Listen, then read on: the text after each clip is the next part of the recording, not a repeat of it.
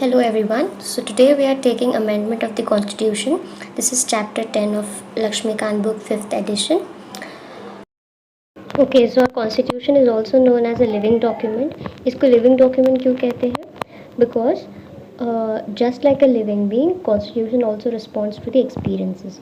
तो सोसाइटी इतने सालों से इतनी बदली है, इतनी बदलती रहती है, सो कॉन्स्टिट्यूशन भी अपने आप को उसके हिसाब से बदलता है.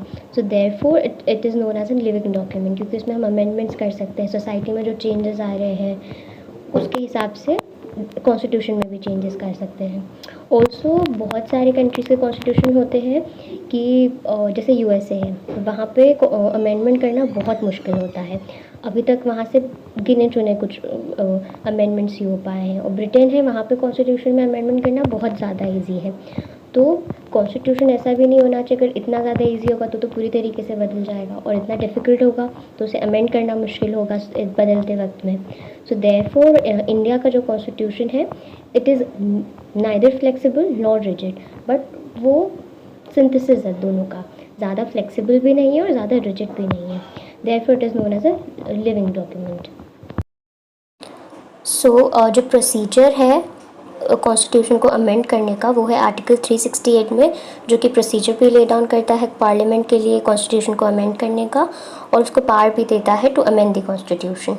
Also it gives parliament power to amend the constitution in ways like कि वो कुछ वेरिएशंस करना चाहते हैं वो कर सकते हैं प्रोविजंस में, या कुछ ऐड करना चाहते हैं प्रोविज़न, या कुछ रिपील करना चाहते हैं, हटाना चाहते हैं प्रोविज़न, ये कर सकते हैं, राइट.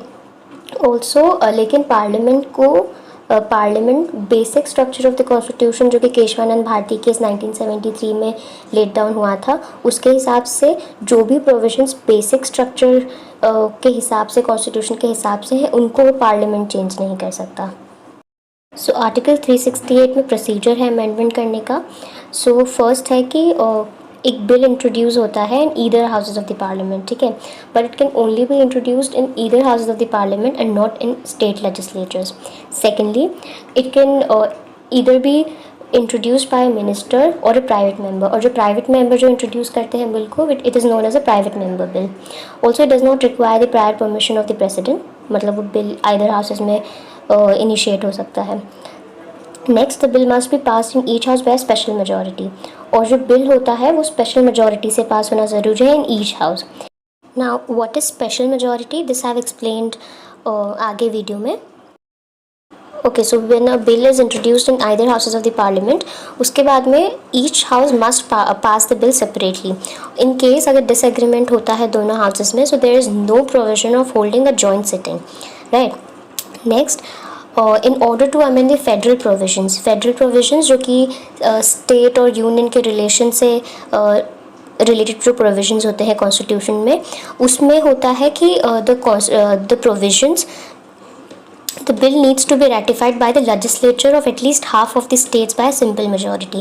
मतलब after the bill has been passed by the each houses, उसके बाद में उसको at least half of the state legislatures भी उससे consent करना चाहिए. Okay, so once a bill is passed by both the houses of the parliament and ratified by the state legislature, then the bill is presented to the president for his assent.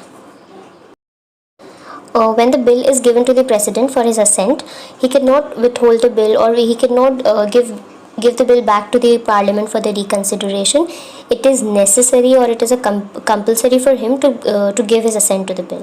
Now after the president has given his assent, the bill becomes an act, and also known as a constitutional amendment act. So before starting with types of amendments, let's see the types of majorities that are followed in Indian Parliament. So first is simple majority. Now what is simple majority? Simple majority is also known as working majority.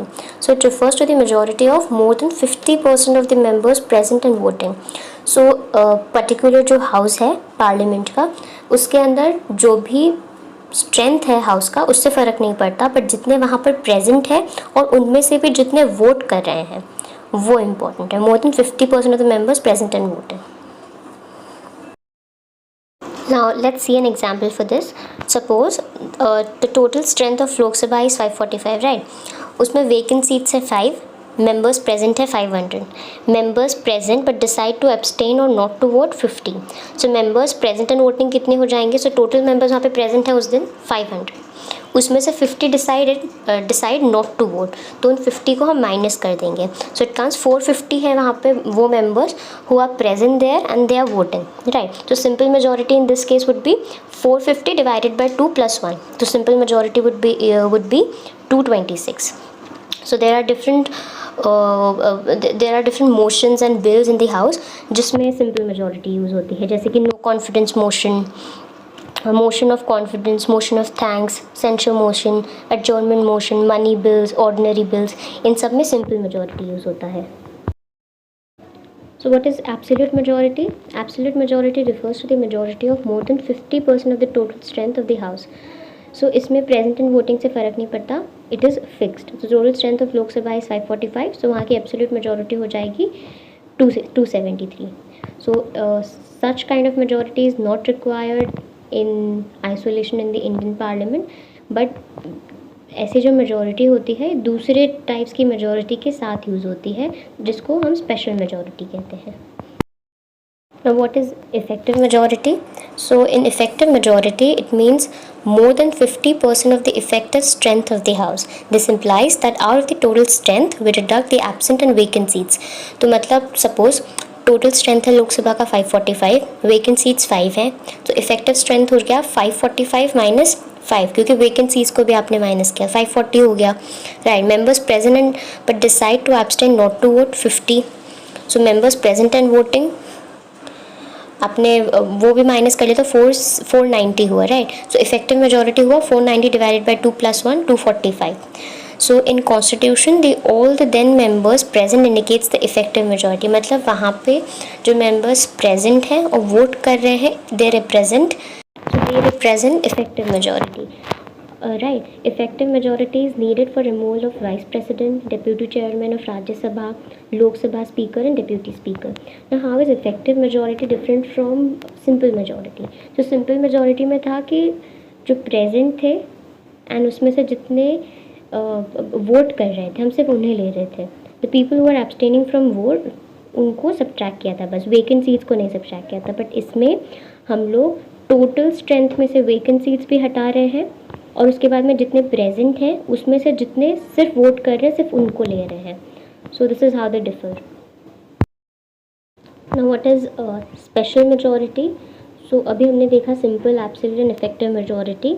So other than the simple, absolute and effective majority are called special majority, right. These include majority by 2/3 strength of the House. Example, impeachment of the President under Article 61. Majority by 2/3 of the present and voting members. Example, power of Parliament to legislate with respect to matters related to state list in the national interest under Article 249 and certain constitutional amendment bills. Absolute majority plus majority of 2/3 of the people present and voting. Example, removal of the Supreme Court judge, CAG, etc. The constitution can be amended in 3 ways. First, amendment by simple majority of the parliament, amendment by special majority of the parliament, and amendment by special majority of the parliament plus the ratification of the half of the state legislatures. So there are different provisions that can be amended by constitution by simple majority, so which are outside the scope of Article 368. Such provisions are admission or establishment of new states, formation of new states and alteration of areas, boundaries or names of existing states. Third, abolition or creation of legislative councils in the states. Second schedule, emoluments, allowances, privileges and so on for the president, governor, speaker, judges, etc. Then quorum in the parliament, salaries and allowances of the members of parliament, rules of procedures in parliament, privileges of the parliament, its members and its committees, use of English language in parliament, number of Pucine judges in the Supreme Court. Pucine judges means the various judges which are below the rank of Chief Justice of India, matlab all the judges in the Supreme Court. Then conferment of more jurisdiction to the Supreme Court, use of official language, citizenship का acquisition and termination, election to parliament and state legislatures, delimitation of constituencies, union territories, and fifth schedule जो कि है about the administration of scheduled areas and scheduled tribes, sixth schedule which talks about administration of tribal areas. Next is by special majority of parliament. So the majority of provisions in the constitution needs to be amended by a special majority in the parliament.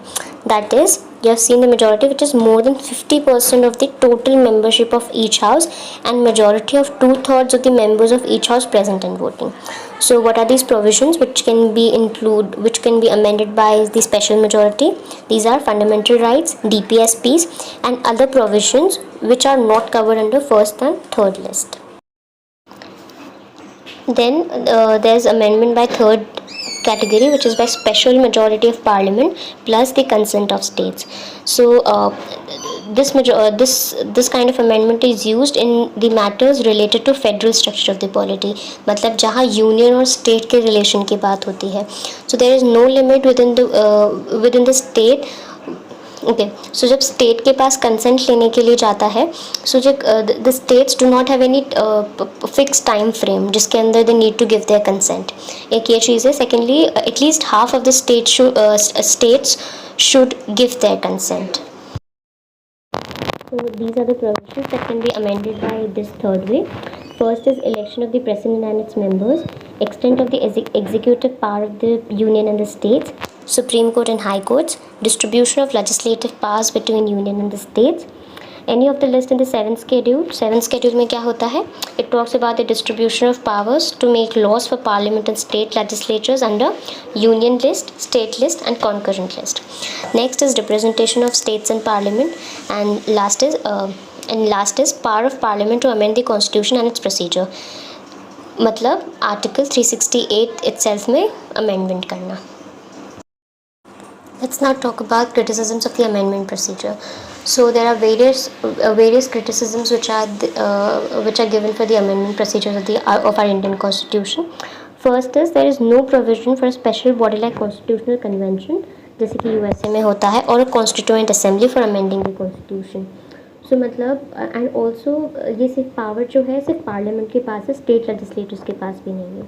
Next is the power to initiate an amendment in the constitution lies with the parliament. मतलब सिर्फ parliament ही amendment कर सकता है, state legislatures नहीं कर सकते हैं, except in the case where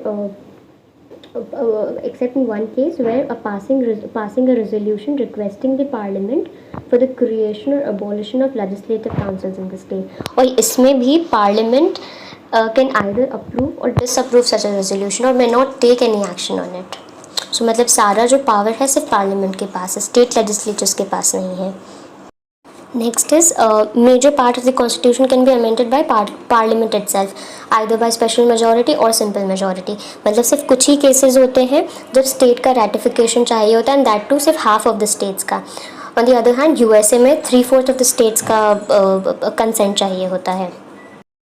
next is हमारे कॉन्स्टिट्यूशन में there is no time frame for the state legislature. जब उनको कंसेंट देना होता है तो उन लोगों के पास कोई पर्टिकुलर टाइम फ्रेम नहीं दिया जाता स्टेट्स को टू रेटिफाई और reject an amendment. Next is there is no, as you have seen, there is no provision of holding a joint sitting.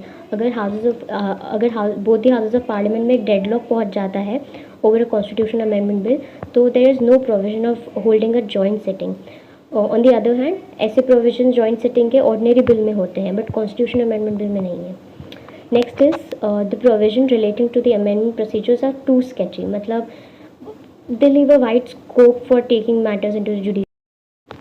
Despite these defects, we cannot deny that the process of amendment has proved to be a simple and easy way to amend the constitution. Also ये इतना flexible भी नहीं है that जो भी party power में आए it can change according to its wishes. So मतलब it's ज़्यादा flexible भी नहीं है, ज़्यादा rigid भी नहीं है. So there is a balance between the two. Thank you for watching this, and do review it. If you have any suggestions or any corrections, or write us in the comment section.